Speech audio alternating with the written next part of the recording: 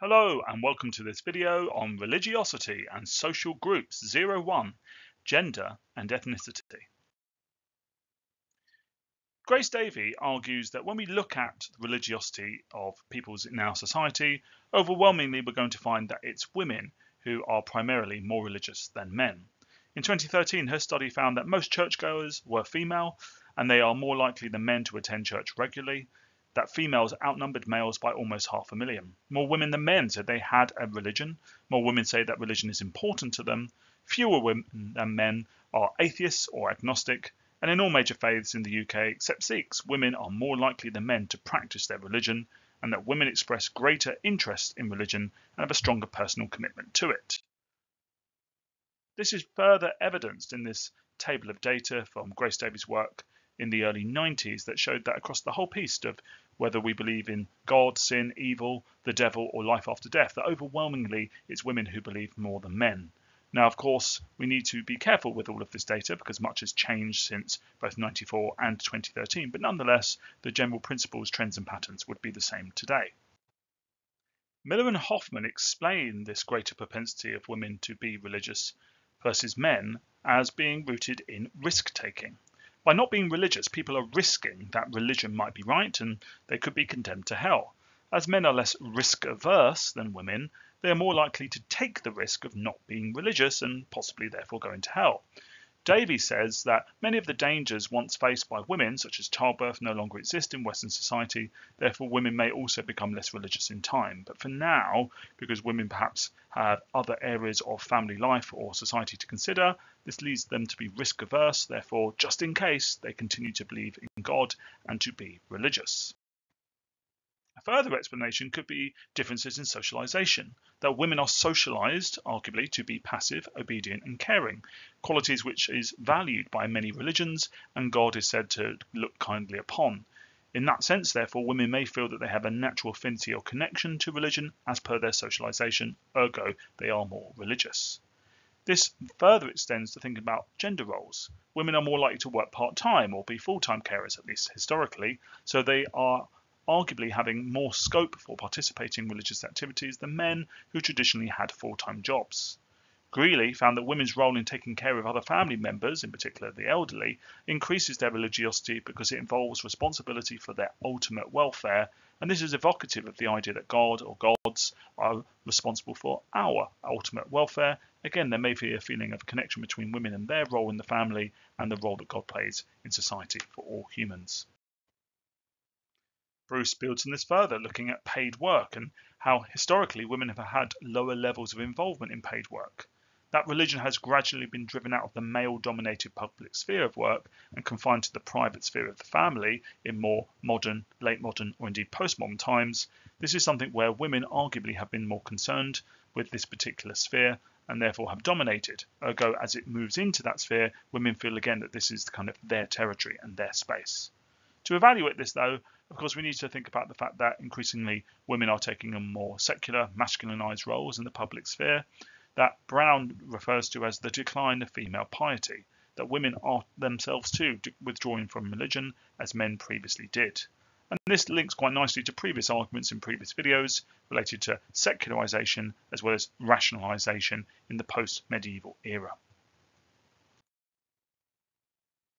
Brown goes further and says that religion now is more attractive to women because of traditional religious values, which have a strong affinity around caring for others, that women continue to be the primary caregivers of the young and the old in both the private and public sphere, again may mean that they feel a connection to those religious values.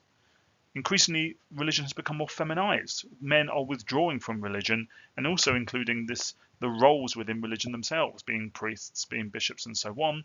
Many of these have become feminized. And in fact, the holy spaces and the temples, the mosques and synagogues arguably are becoming more feminized also, which, as we see in Woodhead's work, is further kind of emboldened by the fact that increasingly more women are becoming priests in the Church of England and are becoming bishops also.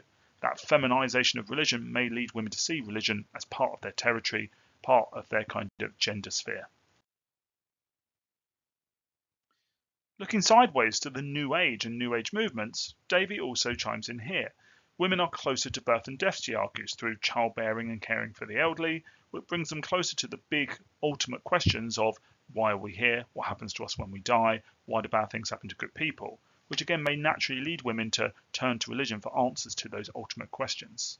This also fits with differences in the way that men view God and women view God traditionally. Men have tended to see God as the God of power, the God of control, or more specifically, the God of the Old Testament, which is about smiting people and committing genocide. Women tend to see God as the God of love and forgiveness, the God of the New Testament, where we see Jesus, turning the other cheek and forgiving the disciples for the sins they were about to commit. Bruce argues that women's experience of child rearing makes them less aggressive and goal orientated, and they're more cooperative and caring. This therefore may be something that again connects quite nicely to some of the themes of New Age beliefs and movements. Men wish to achieve and women wish to feel, Bruce argues, and this fits with the expressive emphasis of the New Age.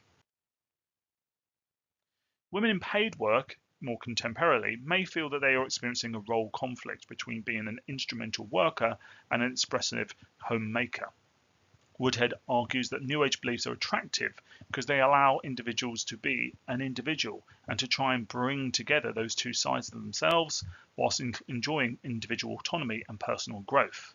Because the focus is on the inner self in New Age beliefs, this ends that kind of contradiction between the instrumental and the expressive for women in a postmodern society. They can feel they can have a cohesive whole self, which is emphasized by New Age beliefs. Brown argues that New Age self-religions, those that emphasize subjective experiences rather than external authority, attract women because they appeal to women's wish for autonomy in a society which still has elements of patriarchy within it. However, women may also be attracted to religious fundamentalism because it certifies their traditional gender roles. So in a world which can feel very uncertain and can feel difficult to predict, for some, including women, it can be very desirable to turn to a more fundamentalist religious belief because it provides certainty and structure amidst a world which can feel very chaotic. Brown argues there are class differences, however, in the types of religion that appeal to women, that New Age beliefs and practices emphasizing personal autonomy, control and self-development appeal to more middle-class women, whereas working-class women might be more attracted to a passive role and the belief in an all-powerful God and fatalistic ideas such as superstition, horoscopes and lucky charms. A further explanation for women's higher level of religious involvement could concern their deprivation levels. Stark and Bainbridge previously argued that people participate in sects because they offer compensators for deprivation, and deprivation is more common amongst women. That is to say that religion often has good explanations for why people may be suffering some form of deprivation. Women's high level of sect membership therefore is because they suffer from organismic deprivation. Women are more likely to suffer from ill health and therefore seek healing that sects might offer. Or ethical deprivation. Women tend to be more morally conservative than men and thus regard the world as being in moral decline, which therefore leads them to be attracted to sects which offer a more fundamentalist view. Finally, social deprivation. Sects attract poorer groups and women are more likely to be poor than men. Again, therefore they're more likely to join a sect. To build on this yet further, it could be that women are more likely than men to face social deprivation and marginalisation, and therefore could experience disillusionment and alienation from wider society. Weber can be used here with his theodicy of disprivilege, that is to say that religion provides an explanation for disprivilege or lack of privilege in society, and if women are disprivileged compared to men, that is to say that they are more likely to experience poverty, more likely to experience personal or family problems more acutely, that they have less self-confidence, they feel more marginalised and seek self-improvement through New Age movements and new religious movements, but also there's the role of patriarchy, which disempowers women. All of this may lead women to feel deprived, and they may turn to religion for a theodicy of disprivilege, a religious explanation for their suffering. To evaluate this, however, despite women's generally higher participation in nearly all forms of religious activity, of course, it must be said in a postmodern society, secularization continues apace, and women's level of participation is beginning to decline. Furthermore, it could be because of the women's liberation movement and the rise of feminism, as women become more empowered, both in their roles at home and in wider society, and as society changes its norms and values over time to be more accepting of women in positions of power and influence, again, their need for religion may decline. The changing role of women, in particular in paid employment and leading the household, as we move into a postmodern society, may also mean that they look for alternative forms of identity, especially if they are experiencing some form of role conflict. Again, religion could be the answer here. Finally, changing families and relationships. In contemporary societies, we see a growing diversity of family types, with women leading the charge for those changing family types, and therefore such arrangements which may lead to disapproval or discouragement from traditional churches, especially in terms of divorce, may mean that women look for New Age or new religious movements to fill the void left by traditional churches. Moving on from gender, we now need to consider ethnicity and religiosity. Put simply, an important element of the identity of minority ethnic groups in the UK today is often their religious faith. As a result of immigration, Britain now is a multicultural society, but a multi-religious society also, where there is a diversity of religious faiths. Research shows that the major minority ethnic groups in Britain are significantly more religious than the white ethnic majority. Religious practice, such as attendance at places of worship, is the highest amongst minority ethnic groups and is the lowest amongst the predominantly white Christian ethnic majority. Brierley found that black people are twice as likely to attend churches as white people.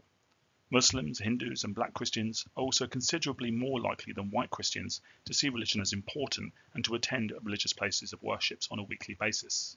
Amongst Christians, blacks are more likely than whites to be found in Pentecostal churches, where they can make up to 40% plus of the membership. Madood and others found that in their research that African Caribbeans had higher rates of participation in 20th century sects, such as the Seventh-day Adventists and the New Testament Church of God. They also found that only 11% of white members of the Church of England saw religion as important in their lives compared to 71% of Caribbean members of the new Protestant churches and 43% of Hindus and 74% of Muslims.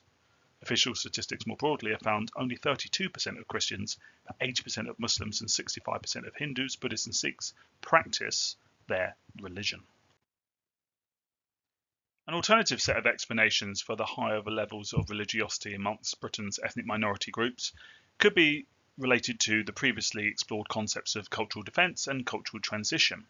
Bruce, Bird and Brierley argued that cultural defence may be the best explanation here. That religion offers support and a sense of cultural identity in an uncertain or hostile environment for ethnic minorities and for those newly arrived to the UK. That religion for minorities can be the basis of community solidarity, for preserving culture and language, and a way of coping with oppression in a racist society such as the UK. Also, the growth in new churches in London which cater for specific languages and nationalities are as a result of recent immigration, and a good example could be how there are often Polish masses in Roman Catholic churches in London right now. Also, cultural transition may be at play.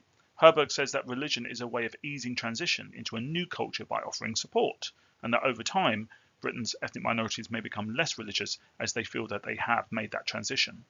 Price examined how Pentecostalism acted as a way of helping some members of the African Caribbean community in Bristol to cope with low pay and with racial discrimination. Another explanation could be marginalisation. Minority ethnic groups are arguably more marginalised and relatively deprived than the white majority in the United Kingdom. Once again, we can use Weber's concept of the theodicy of disprivilege to explain this, and how if you are feeling disprivileged, you may turn to religion for religious explanations for why it is that you lack privilege. Stark and Bainbridge also could be used as that concept of compensators being given by religion for marginalisation and relative deprivation could apply here as it did with gender. A good example could be how Rastafarianism in the African Caribbean communities in the 1970s thrived, particularly amongst men, and this was seen as a form of resistance to racism. Other examples could be how many ethnic minorities joined Jim Jones in the People's Temple, in particular older African Americans and women who were attracted to the movement and made the trip to Jonestown. Pakistani and Bangladeshi households are the poorest in Britain. Around 2/3 of working age households from these backgrounds live in poverty, which again may mean that they feel connected or they feel that religion has an explanation which connects them to higher ideals and the idea of God. African Caribbeans face higher levels of unemployment and are more likely to experience racism. Black boys in particular are 7 times more likely to be expelled from school, which links well in a synoptic fashion to our study of education in previous videos. All of this may go some way to explain how the marginalisation and the deprivation that ethnic minorities endure in the UK today may lead them to be more religious. A final level of explanation for why we find that Britain's ethnic minority groups are more religious than the white Christian majority could be related to family pressures. Chahal discovered that many British Asians have forged a new hybrid identity referred to as Brasianism, which blend British and Asian culture. By selecting elements of their parents' traditional culture and that of their new British culture, in particular mixing religious identity with their British culture, enabled them to have a rapport with their parents and to avoid unnecessary family pressure. Mirza and others found that there was an increased religiosity and identification with Islam amongst second and third generation Muslims. She suggested it was related to the decline of other sources of identity, in particular political ideologies, nationality, trade unions, social class and ethnicity more broadly. Therefore, these groups, these younger generations, were holding on to their religiosity as a way of defining themselves and building a sense of identity in a postmodern world. That's it. Thank you very much.